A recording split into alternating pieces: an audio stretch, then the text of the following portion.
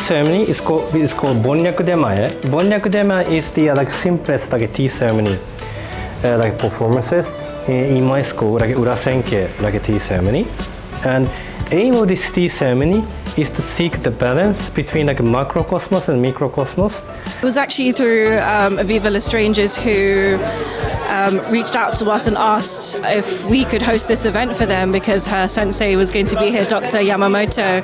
And again, just in keeping with the ethos of CAVE and just sharing how Islam can be not just here in the UK but across the world, and to share that,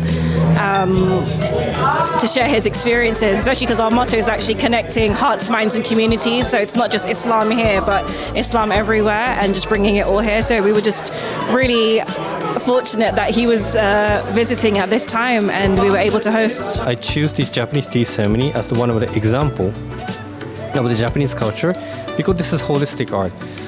Because during the tea ceremony, the tea artists they use they show the calligraphies, and also they show the flower art, flower arrangement, and also there is also one famous Japanese philosopher called Okakura Kakuzo, and he authored a book called The Book of Tea, and that is the first book about the tea ceremony written in English, written by this Japanese philosopher, and this book was written in aim of fighting against the prejudice and Orientalism against Japan.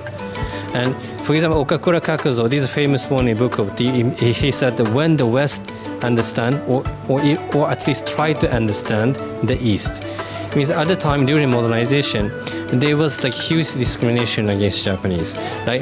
Western civilization, they believe that Japan is uncivilized, barbaric country which doesn't have any spirituality in it. And Okakura Kakuzo, he chose this Japanese tea ceremony. The kind is essence of the Japanese aesthetics or Japanese spiritualities. Because during this tea ceremony, these tea artists and tea students, they learn how to serve the others. And also this tea ceremony, this is the traditional art which is inherited through the traditional education to the masters. So if you want to perform this tea ceremony, you have to study with the masters. Just being introduced to Japanese culture, and especially how it relates to Islamic culture, I thought that was really interesting.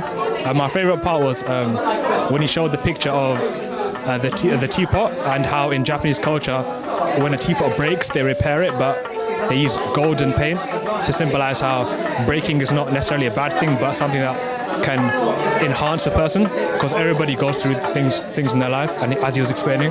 So I thought that was really interesting. It was informative because he's given a truly different dimension of how we could project Islam in Japan, and also the cultural aspect of the tea ceremony, which is very important part of Japanese culture, but we only hear about it or see it in movies, but he had explained it in quite a lot of detail, which was very informative. Actually, my mother does tea ceremony also.